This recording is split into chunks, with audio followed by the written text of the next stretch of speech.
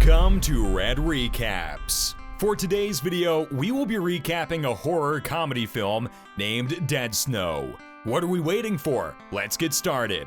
At the start of the movie, we see Sarah. She's running for her life through the snowy terrain of Norway.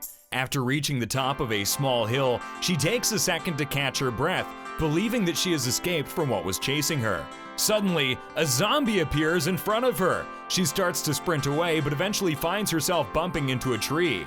After falling onto the floor, the zombies quickly approach her and savage her body, killing her slowly.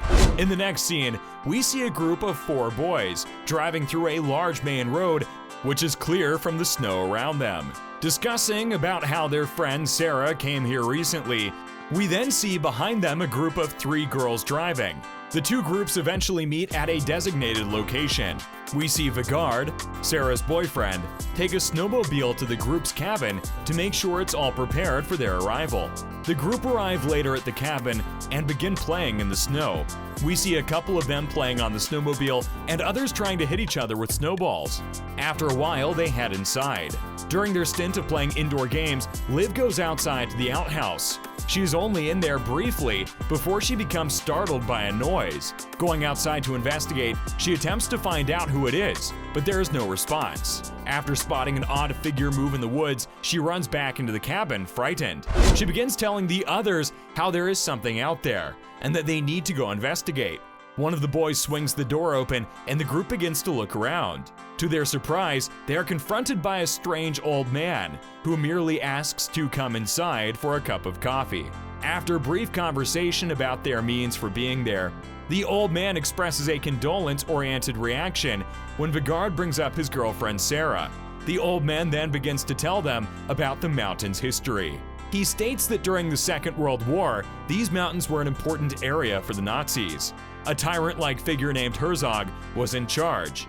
He'd abuse his power, consistently harming civilians in the process. Toward the end of the war, when the Nazis' rule was all but lost, the tyrant ordered his army, the Einsatz, to steal all of the civilians' goods for themselves. Prepared to fight back, the townspeople refused to let this happen, and a huge battle ensued. Hundreds of Nazis died as well as civilians. The tyrant managed to escape, bringing with him various items of value from civilian houses. The townspeople tried to track him down, but those that did succumbed to the harsh environment, freezing to death. Ever since, a curse has buried itself deep into the mountains, and the group should be careful not to bring it to light once more. As the man begins to leave, Roy starts laughing, and he clearly hasn't taken what he said seriously. In response, the man turns around and throttles him, exclaiming how it'll be him holding his own inside soon. Later that night, Vigard experiences seeing Sarah outside the cabin. To his horror, she starts drooling blood from her mouth. Thankfully, he jolts up from his slumber and realizes it was just a dream. Cutting to the old man's perspective, we see he is enjoying a meal inside his tent. However, whilst he's eating, he begins hearing odd noises coming from outside. Upon further investigation, he is confronted by a zombie who savagely slits his throat. In his last dying breaths, he tries to escape by going back inside the tent, but the zombie merely follows him inside and continues mortally wounding him. As the next morning rolls around, Vigard instructs his friends about his plan to look for his girlfriend. He states that if he's not back within a day, then the group must take the car and get help. Upon venturing out into the terrain, Vigard runs into the old man's tent. He peers inside and is met with the horror of the old man's savage corpse. Surrounding the tent, Vigard notices bloody footprints. He decides to follow them. Back at the cabin, Erlen stumbles upon an odd container, placed nearby to a collection of beer. Upon showing it to the others, they find inside various precious artifacts from the Second World War. During this time, Vigard falls into a cave whilst trekking through the mountains. Cutting back to the group, we see they are playing with the precious metals. Martin instructs them to wait for Sarah and Vigard before they do anything rash. During this conversation, we see Harry use some sleight of hand to sneak one of those precious gold coins into Martin's pocket. Later, Erlen leaves the cabin to go to the outhouse. On his way there, however, he drops one of the gold coins into the snow. Following him closely behind is Chris. She sneaks up on him, and the two begin to make love. After a while, Erlen returns to the cabin, leaving Chris outside by herself. Outside the cabin, we see a cold mutant hand pick up a coin off the snow. Promptly thereafter, a zombie begins surrounding the outhouse. Chris, through the cracks of the shed, spots the zombie and involuntarily jolts in fear, causing her to fall into the pit of the outhouse. Now badly injured, she climbs her way out of the pit, stumbling toward the main cabin. Suddenly, she is apprehended from the side.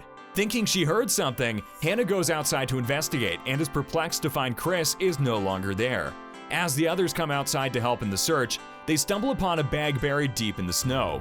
After bringing it inside and looking at the contents, they realize it's Sarah's bag. As the group are planning what to do after finding this, Hannah is horrified at the sight of a zombie holding the head of Chris. She screams in fear and begins to try and block the door from the horde of zombies, which are now attempting to enter. Through one of the windows, a zombie smashes the glass and begins tugging at her hair. They quickly release her from the zombie's grip by cutting a segment of her hair off. Noticing the horde is growing, they begin to cover the windows with furniture. During this time, however, a zombie manages to break a segment of the door off. Hannah severs this zombie's hand, leaving behind a ring which states the zombie's involvement in the Einsatz. Terrified about the ordeal, Erland backs himself toward a wall. Unfortunately, this is right by a window. After a brief struggle, the zombie rips his head into two. The next day, we see Vigard is conscious, managing to find an exit to the cave. The group now carry out a plan they constructed. The boys run outside and begin to make loud noises, and the girls sprint off into the wilderness to find the car. Cutting back to Vigard, we see he is beginning to explore the depths of the cave. Upon venturing deeper, he finds Nazi flags along with weapons. He ultimately stumbles upon the dead body of his girlfriend Sarah. Upon seeing this, a zombie approaches him from behind and throws him out of the cave. Promptly thereafter, it begins to try and stab him to death. He manages to knock the zombie unconscious. In front of him, however, is another zombie. Cutting back to the girls, we see that, on their way to the car, they've become lost. They both try and agree on what to do next, but before they get the chance to decide, they get attacked by a zombie. Startled, they accidentally sprint away in the opposite direction. Toward the edge of a large cliff, we see Vigard is fighting off a zombie. He finds a small dagger and tomahawks it straight into its eye, the force of which causes the zombie to be impaled into a tree. As its intestines are spilling over, the original zombie who Vigard knocked out has now awoken from unconsciousness and pushes them both over the cliff. Managing to grab the intestine of the dead zombie, he manages to avoid plunging to his death. Now hanging in the cold open air with only an intestine to save him, the zombie who attacked him is now latched to his body trying to kill him. Vigard headbutts the zombie, causing it to plunge to its death. Cutting back to Hannah, we see that she has managed to mash the face of a zombie who had been chasing her. Liv, however, is not so lucky. She's greeted with a zombie right in front of her who knocks her unconscious. Upon awakening in a daze, she's watching a couple of zombies eat out her insides. Hannah has now made her way up a tree. Looking over at her surroundings, she notices what appears to be the commanding zombie, Herzog. He's instructing the other zombies as to the plan. Due to Hannah being close to a bird's nest, she begins to be heckled by a bird. After killing it, the zombie's attention shifts to her location, due to the noise this inevitably made. The zombies start to climb the tree in an attempt to catch her, but she manages to jump down, killing one of them with a knife in the process. Upon running away for a short while, she finds herself facing the edge of a cliff. With nowhere to go, and with the zombie closing in, she stomps on the snow, causing it to displace. Both of them end up plunging off the edge. Cutting back to the boys in the cabin, we see they are surrounded by zombies. Fighting them off one by one of the boys chucks a torch toward a window, but ultimately misses.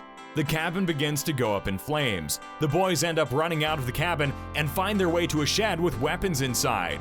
During this, we see that Vigard is stitching some sort of wound on his neck. Hannah is now conscious but piled under a mountain of snow. She's in severe pain, screaming in agony. She makes her way out of the pit and spots a zombie with just his head poking out of the snow. She runs toward it and mashes its face in with her foot. Martin and Roy are now charging toward the zombies, using their weapons to tear them apart. After dealing with the first wave, another wave appears. Suddenly, Vigard appears on his snowmobile and wipes out the zombies with his machine gun. Soon thereafter, Vigard's lower body is ripped apart by zombies. In rage, both the boys charge the zombies and kill them. Whilst Martin is savagely mauling a zombie, Hannah appears behind him, tapping his shoulder. He mistakes this for a zombie and instinctively turns around and axes her in the face. Distraught at what he's done, he tries to comfort her during her last moments. There isn't much time, however. More zombies are approaching the boys, led by Herzog. After a few moments of fighting, Martin's bitten in the arm. To prevent any chance of becoming a zombie, he amputates his arm. Moments after, however, he's bitten in the crotch. He screams at the top of his lungs and then stomps on the zombie's face. Now surrounded by a whole army of zombies, the two boys make a run for it. Eventually, a zombie catches up with Roy. He gets clobbered over the side of the head and meets his demise.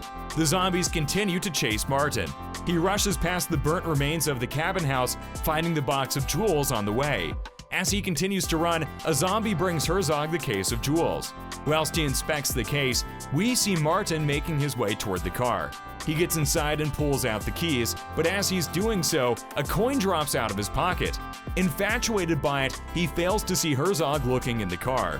Herzog punches through the window, grabbing him. Did you enjoy the video? Leave a comment below about what you thought of it. You can watch this movie from the links below. Don't forget to subscribe and hit that notification bell. Thanks for watching Red Recaps. See you in the next video.